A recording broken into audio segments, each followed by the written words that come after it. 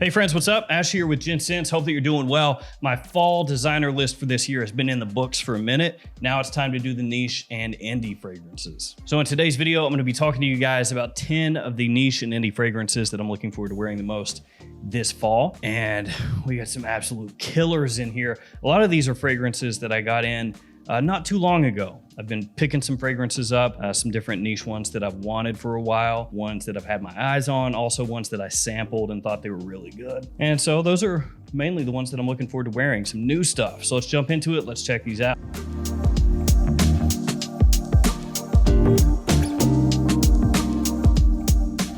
I'm going to give you guys some 10% off codes for different niche websites and also link these in the description below. So Max Aroma and twistedlily.com, both of those, you can use the code GENTS10. It'll get you 10% off. And luckyscent.com, the code is 10GENTS. They switched it up on us, 10GENTS, luckyscent.com.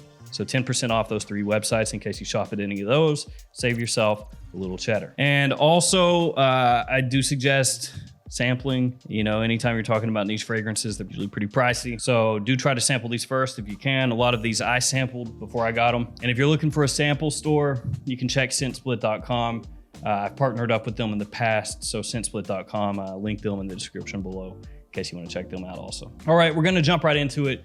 No honorable mentions. There would be too many. So we're just starting off with number 10. It is from Precious Liquid. It's called Tobacco Royal. Now, the reason I'm putting this at number 10 is not because I want to wear the other ones more. It's because I had a hand in the creation of this and kind of feel weird even putting it on the list at all. So I'm going to put it at 10 for that reason. So this fragrance right here had a really long, drawn out process before it was released. So the perfumer here is Richard Erpon. He did Tom Ford's Oud Wood. He's also been on the channel before. And he's a friend of mine.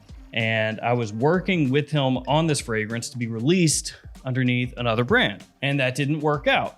And then we were like, well, let's continue it. You know, we'll tweak it, we'll change it, we'll do something new to it and release it under another brand as time allows. And that didn't happen either. So eventually it got to the point where I was talking to Richard and I was like, you know, man, we just need to get this out there. We need to do something here. And he actually just took it and tweaked it a little bit, increased the quality of the ingredients that were being used in it and released it under his own brand, Precious Liquid. So this one, Tobacco Royal, began its life with a brief that I had written to be released under a brand of mine that never happened. So yeah, I had a hand in this one and working on it and working through modifications on it and everything.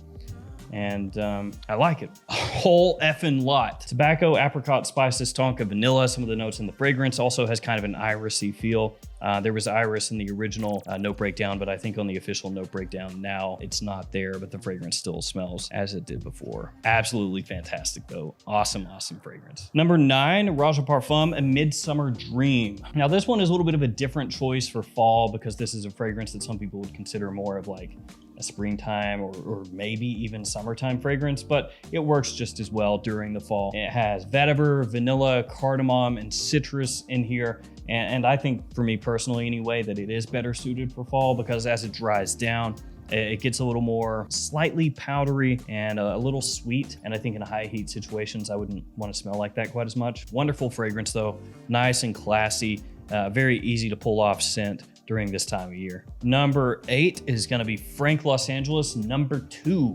And this one I got in not that long ago. It smells a little bit similar to Michael Kors for Men. The original Michael Kors for Men, which is one of my favorite tobacco scents in the designer realm ever. Even though tobacco not an official note in the fragrance. It does have some pretty nice notes though. It's got coffee, has cognac, it has plum and lavender, along with a bit of coriander, and also some nice woodiness in there as it dries down as well. The price on this, not very high as far as niche fragrances are concerned. I think it was $140 for 100 ml size, and that's full retail. So 140 bucks, that's honestly pretty cheap nowadays. That's cheaper than like Dior Sauvage Elixir. So very good quality fragrance, nice sweetness to it, offset with a little bit of a spicy aromatic touch. And even though, like I said, it has no tobacco leaf officially, it does have kind of that tobacco feel like from the Michael Kors. So if you're a fan of Michael Kors for Men, but you're frustrated that you can't really find it anymore because it's been discontinued, maybe check that one out. Number 7 is from Amouage and it is Boundless. Now, I reviewed this on my extra channel. In case you're unaware of that, it's Extra Gents Scents. I do cover a lot more niche stuff on that channel, more reviews and things like that. So Boundless, when this came out, Amouage sent it to me like they sent to pretty much everybody. And I was not very interested because I'm not actually a big fan of getting stuff from brands. So I just sat it on the shelf and I was like, yeah, I'll get to it when I get to it. And it sat there for like a year. And then here recently, as it started to cool down a little bit in the evenings, I went ahead and started to bust this out, see how it is, and actually find myself liking it. Yeah, really nice tobacco scent, very wearable. It has myrrh, vanilla, and cardamom, and some of the other notes in the fragrance. And for some people, maybe this doesn't push boundaries quite enough because they want Amouage fragrances to really, put it all out there, balls to the walls. But this is more sweet, spicy, and pretty easygoing as far as Amouage goes. But the quality is here. It smells fantastic.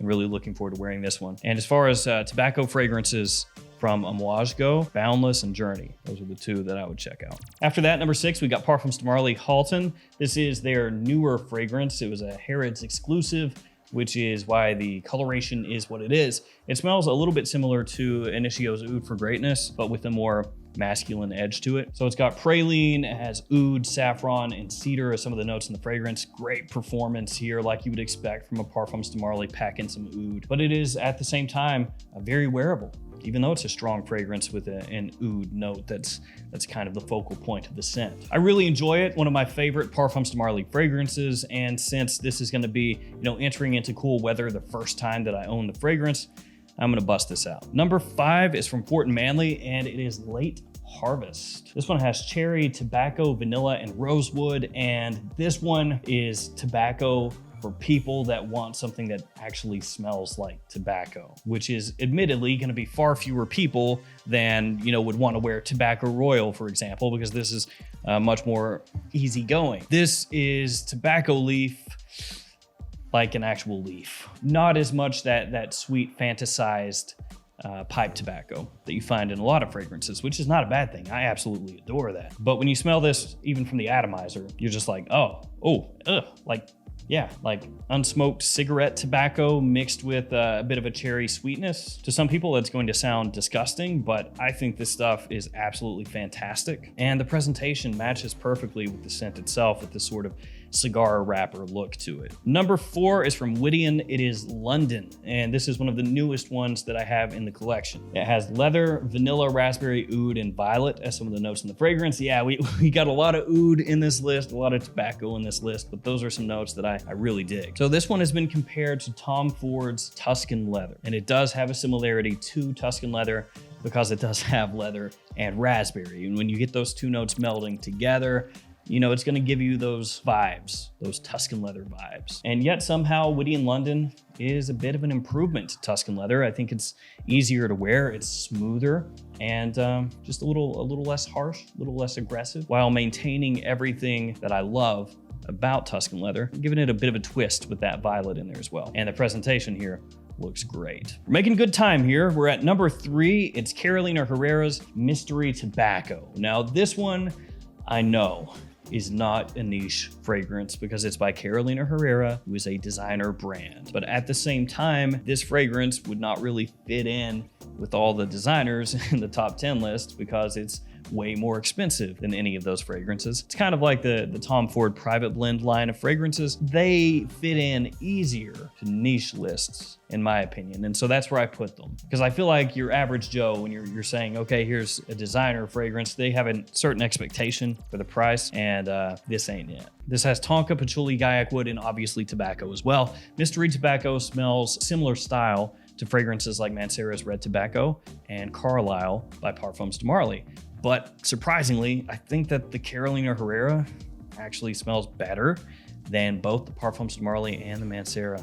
Yeah, and also I prefer this presentation to both of those as well. I think it looks really slick, very heavy in the hand, feels pricey, looks pricey, and the cap is magnetic.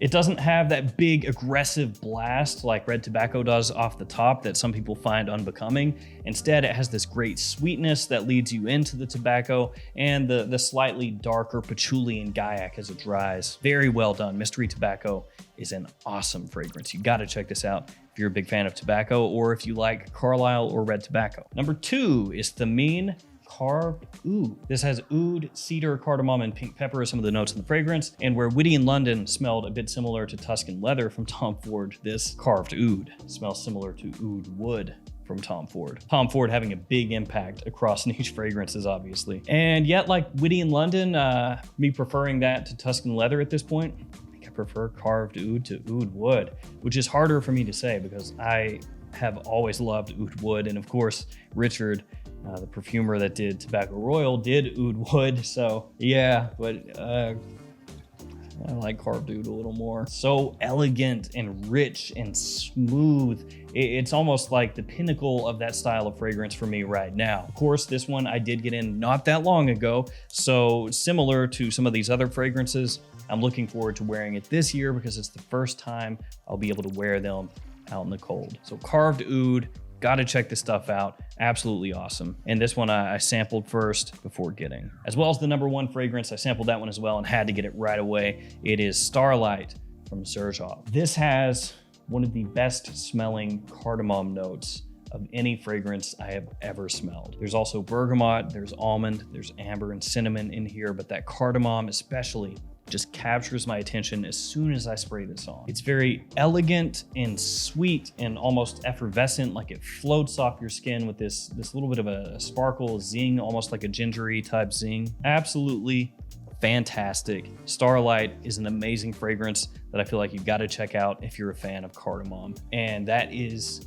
my number 1 fragrance for this year that I'm looking forward to wearing the most. So really, most of the fragrances in this list here, I picked up this year. And I've been kind of waiting to wear them. And so that's why they're in my top 10. Time to try out some new things, some different things, see how they work. At least in the cold, I mean. All right, guys, that will do it for me. Thank you for hanging with me here. And let me know in the comments below which fragrances you're looking forward to wearing the most this fall. Unless you're in the Southern Hemisphere, and then it's not fall for you, is it? No. But let me know what you did wear this fall when it was fall. Thank you guys for hanging with me. Stay safe out there, and I'll see you again tomorrow with another fragrance video. See you guys later.